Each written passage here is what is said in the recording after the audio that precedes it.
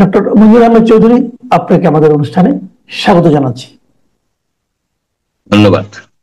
মঞ্জুর ভাই, আপনাকে দেখে আমার খুবই ভালো লাগছে এই কারণে যে আমি জানি যে আপনি দীর্ঘ অসুখ থেকে, হাসপাতাল থেকে মাত্রই কালকে না পরশুদিন বাসায় এসেছেন, এবং আসার পর থেকে আপনি যে বসতে পারবেন আজকে, এটা আমি আসলে আশা করিনি।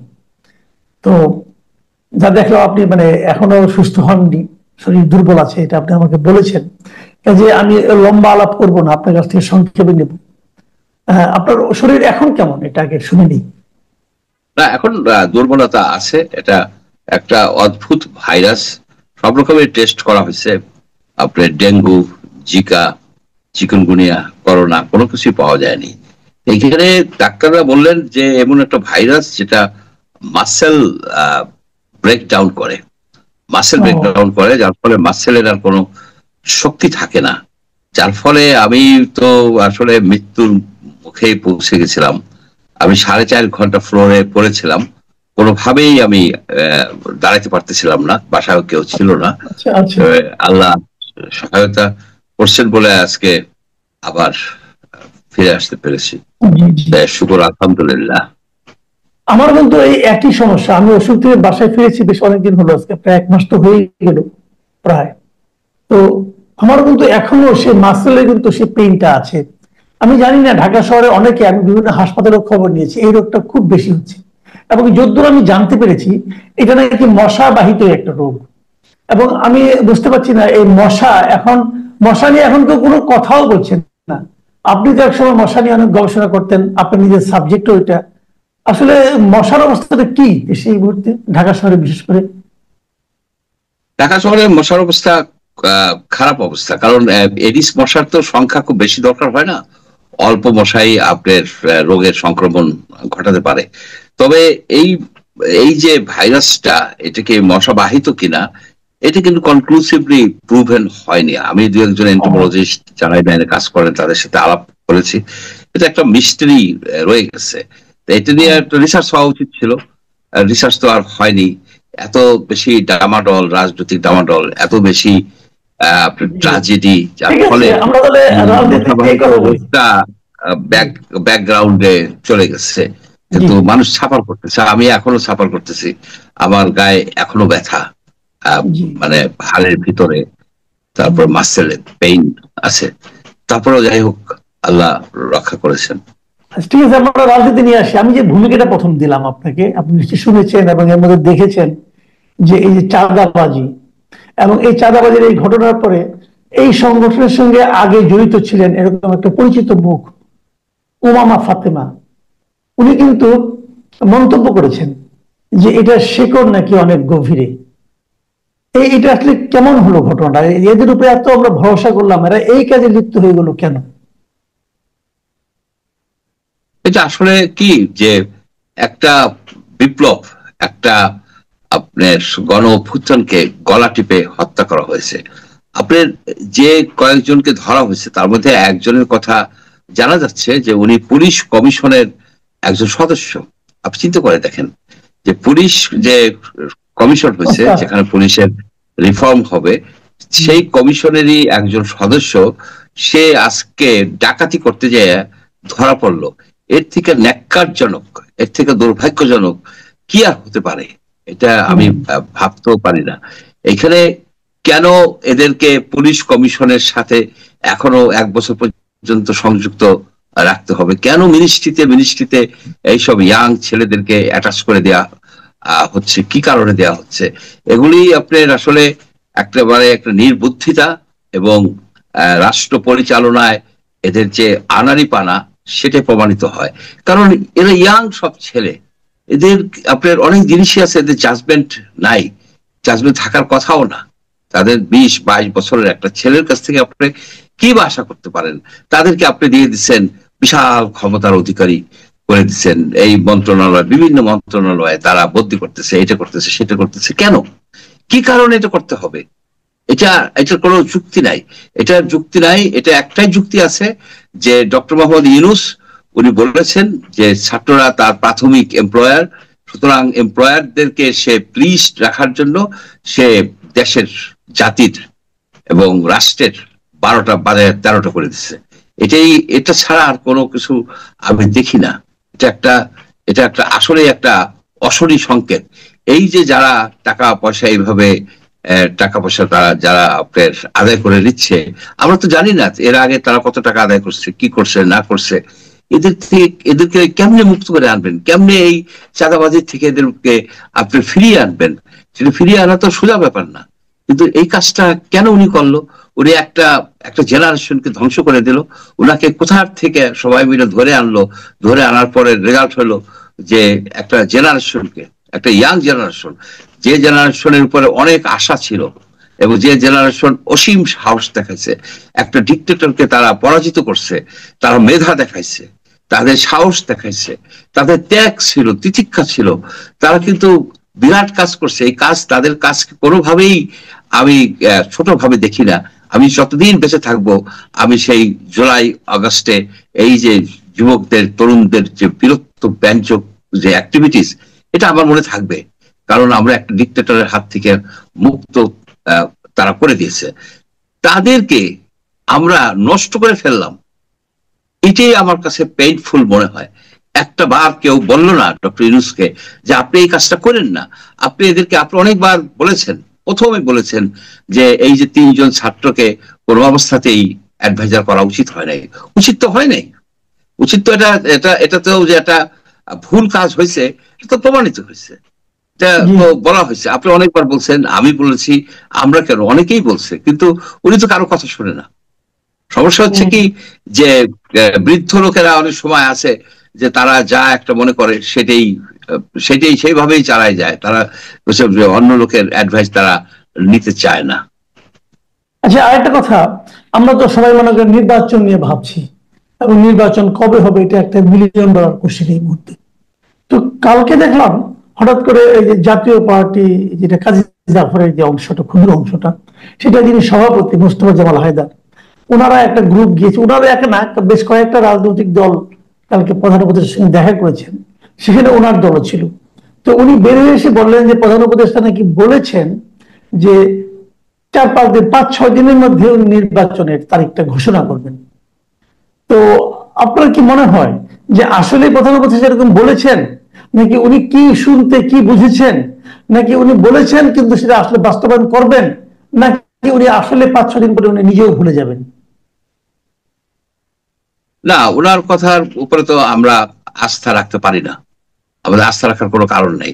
আপনার এটা ফোরামটা দেখেন, যে উনি যখন একটা ঝামেলায় পড়ে, যেমন ধরেন একটা বিশাল ট্রাজেডি হয়ে গেল, যে কতগুলি ছেলে মেয়ে, একেবারে আপনার শিশু, কিশোর, তারা একেবারে আপনার নিদারুণ একটা পরিস্থিতিতে তারা মৃত্যুবরণ করলেন।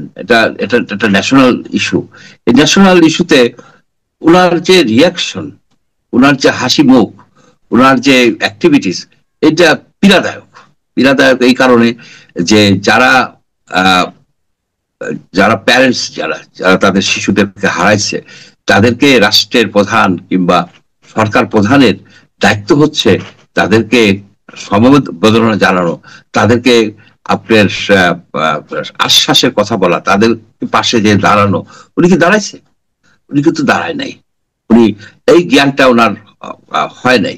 উনি যখন এরকম হয় তখন করে কি, কয়েকটা দল, 4-5টা এদিকে, 4-5টা দল বা 8-10টা দল এদেরকে আইনে কি বলে সে কথার কোনো মানে হয় না। উনি যে ইলেকশন ডিক্লেয়ার করবে, বলে দিবে ইলেকশন এত তারিখে আমি ডিক্লেয়ার করবো, ন্যাশনাল ওয়াইড টেলিভিশনে আমি ডিক্লেয়ার করে দেব। সেটা মুস্তফা জামাল হায়দারের কাছে কানে কানে বলার কি দরকার আছে? সুতরাং ওনার কথায় আমার কোনো আস্থা নাই, আমি বিশ্বাসও করি না যে উনি অ্যাকচুয়ালি ইলেকশন করার মতো যে এবিলিটি, যে অ্যাকুমেন, যে যোগ্যতা, সেই যোগ্যতা ওনার নাই। এটা মানে মানতেই হবে। আচ্ছা, আপনার অনুষ্ঠানে প্রায় শেষ পর্যায়ে, আপনাকে বেশিক্ষণ আটকে রাখবো না। আপনি আমাকে বলেছিলেন যে আপনি খুব টায়ার্ড হয়ে যান কথা বলতে গেলে, তো আমি শেষ প্রশ্নটা করি, এই অনুষ্ঠানটা ইতি টানবো। আপনি আমার অনুষ্ঠানে শেষবার যখন এসেছিলেন, অসুস্থ হওয়ার আগে, সর্বশেষ যখন আমার এখানে আসলেন, তখন আপনি আলোচনা করেছিলেন, আপনি আশঙ্কা প্রকাশ করেছিলেন যে 1 আগস্টের পরে আমাদের মানে ব্যবসা বাণিজ্য আমেরিকায় রপ্তানি যেটা আছে সেটা কোন ভয়ঙ্কর অবস্থায় দাঁড়াবে, এই ধরনের একটা আশঙ্কা আপনি করেছিলেন। আপনি আশঙ্কা করেছিলেন গার্মেন্টস সেক্টর গুলিতে একটা মানে সুনামির মতো আসতে পারে, প্রায় 7-8 লক্ষ লোক বেকার হয়ে যেতে পারে, আপনি এগুলো আশঙ্কা প্রকাশ করেছিলেন। আজকে 1 আগস্ট ঘনিয়ে এলো, আর 3-4 দিন বাকি আছে। এর মধ্যে অনেক কিছু আবার দেখলাম যে আমেরিকা থেকে নাকি 25টা বইও কিনবে বাংলাদেশ, মানে এই সমস্ত ভেট দেওয়ার একটা চেষ্টাও হচ্ছে। তো আপনার কি মনে হয় এগুলো করার মাধ্যমে আমরা সেই 35% যে খরচ আমাদের মাথার উপর চেপে আছে সেখান থেকে মুক্তি পেতে পারবো? অথবা আরেকটা কোশ্চেন, এখানে একটা সাপ্লিমেন্টারি কোশ্চেন, যে 3 মাস তো আমরা সময় পেয়েছিলাম, এই 3 মাসকে কি আমরা যথাযথভাবে মানে একটা নেগোসিয়েশনের জন্য ব্যবহার করতে পেরেছি? এখানে আপনার মাহমুদুল হকের নিরাপত্তন্ড একটা বই আছে, সেখানে একটা বাক্য আছে, গভীর ঘুমে বালকের প্রস্রাবের মতো সময় কেটে গেছে। 3টা মাস এরা আপনার নষ্ট করে ফেলছে। আপনার যখন অন্যান্য দেশ, আপনার ভিয়েতনাম, ইন্দোনেশিয়া, ইন্ডিয়া, তারা যখন টাস্ক ফোর্স করছে, তারা যখন বিভিন্ন ভাবে লবিস্ট নিয়োগ করছে, নানাবিধ অপশন দেখছে, আমরা তখন এই কোথাকার কোন এক লুৎফে বলে এক লোক, আমরা তাকে চিনিও না, উনি নাকি বাংলাই পড়তে পারে না, এবং একজন ভদ্রলোক, সেই ভদ্রলোককে এনগেজ করছে। সেই ভদ্রলোক তো ওনার মন্ত্রী পর্যায়ের লোক, তাকে এনগেজ করছে। পরে খলিলুর রহমান, ডক্টর খলিলুর রহমান বলে এক ভদ্রলোক, তাকে, এখন খলিলুর রহমান হচ্ছে ন্যাশনাল সিকিউরিটি অ্যাডভাইজার। তো তার সাথে ট্যারিফ নিয়ে ইউএস রিপ্রেজেন্টেটিভ ফর ট্যারিফ কেন কথা বলবে, কি কারণে কথা বলবে?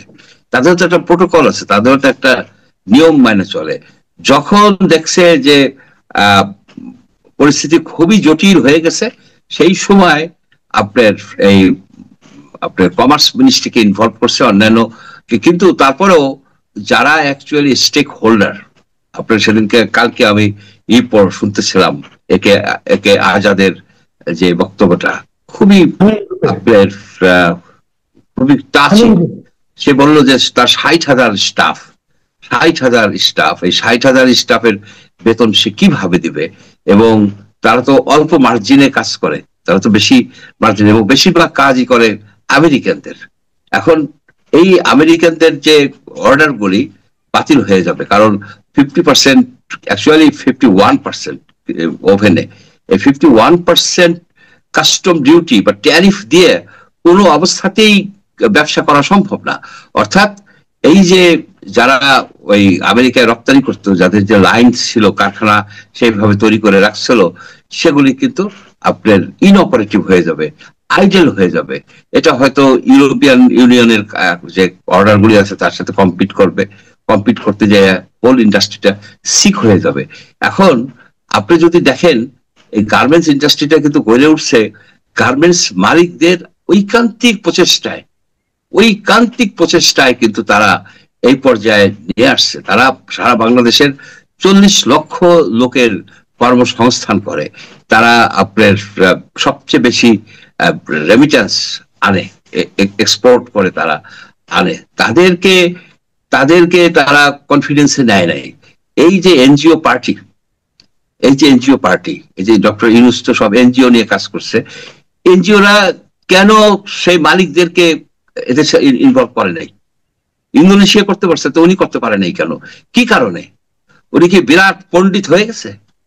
হাঁস মুরগি পাললে আর আপনার ওই যে ওর নাম কি, ওই 5,000 টাকা দিয়ে বেতের বাঁশের করলেই হয় না। এগুলি রাষ্ট্র চালাইতে হইলে যে জ্ঞান, যে বিবেচনা, যে মেধা দরকার, সেগুলি এই মেডিওকার, এরা সবই তো মেডিওকার। এরা কেউ সরকারি চাকরি পাইছে কোনোদিন? এরা কোনোদিন একটা ভালো কিছু করতে পারছে? এগুলি সব জায়গা থেকে টাকা আনছে, এই আপনার সিএসআর ফান্ড দিয়ে করছে, তবে অর্ধেক টাকাই বাইরে দেয়। এই এনজিও পার্টিকে জেটিয়ে খেদানো দরকার। এখন যে জিনিসটা দাঁড়াইছে, যেটা শোনা গেছে, বোঝা গেছে, যে কোনো অবস্থাতেই এই পহেলা আগস্টের আগে আপনার এই ট্যারিফের কোনো সুরাহা হবে না। ট্যারিফের সুরাহা হবে একভাবেই হবে, একভাবে হবে, ভেরি সিম্পল। ইউনূস সাহেবের সরে যেতে হবে। ইউনূস সাহেব যদি সরে যাবে তার 1 মাসের মধ্যে ভিয়েতনামের সমান হয়ে যাবে। এটা চাউর আছে, এই কথা সব জায়গায় চাউর আছে। এবং আমি তাই মনে করি, আমি কেন, অনেকেই মনে করে যে ইউনূস সাহেবের it is right time for him to quit. কারণ দেশের থেকে তো বড় কিছু না। ওনার এই বৃদ্ধ বয়সে এসে উনি যে একটা দেশকে তছনছ করে দিলেন, এটা তো ঠিক হলো না। উনি তো রাজনৈতিক ক্ষেত্রেও তছনছ করছে, কনস্টিটিউশন বাতিল করতে চায়, এটা করতে চায়, সেটা করতে চায়। শেষ পর্যন্ত ছিল অর্থনীতিটাও শেষ করে দিয়ে উনি এখন ওনার যাওয়ার সময় হয়ে গেছে। ওনাকে বলে দেওয়া উচিত গার্মেন্টস মালিকদের যে আপনি অনেক করছেন, নোবেল প্রাইজ পাইছেন, আরো পান, অন্য জায়গায় যায় অন্য কাজ করেন, আপনি কাছ থেকে আমরা মুক্তি চাই। এই জাতি এই সিন্দাবাদের বুড়ার হাত থেকে মুক্তি চায়। এই মুক্তি ইমিডিয়েটলি দরকার, তা না হলে কিন্তু আপনার সর্বনাশ হয়ে যাবে। কিন্তু বাংলাদেশের গার্মেন্টস সেক্টরে একটা ডিজাস্টার, একটা অশনি সংকেত নেমে আসছে। আপনার এদের কথা শুনলে বোঝা যায় যে এরা সবাই শঙ্কিত, সবাই চিন্তিত। জি, অনেক ধন্যবাদ, অনেক ধন্যবাদ ডক্টর মঞ্জুর আহমেদ চৌধুরী। আপনার কাছে আমাদের অশেষ কৃতজ্ঞতা যে আপনি শারীরিক এই অবস্থাতেও আমাদের অনুষ্ঠানে যুক্ত হয়েছেন। আমরা আগামীতে যখন আপনার সঙ্গে আবার যুক্ত হব, আশা করব ততদিনে আপনি আরো বেশি সুস্থ হয়ে উঠবেন। প্রিয় দর্শক, আপনারা শুনলেন ডক্টর মঞ্জুর আহমেদ চৌধুরীর বিশ্লেষণ। আমরা আশা করি আপনাদের ভালো লাগবে। আবার দেখা হবে আপনাদের সঙ্গে। এখন এ পর্যন্তই। আল্লাহ হাফেজ।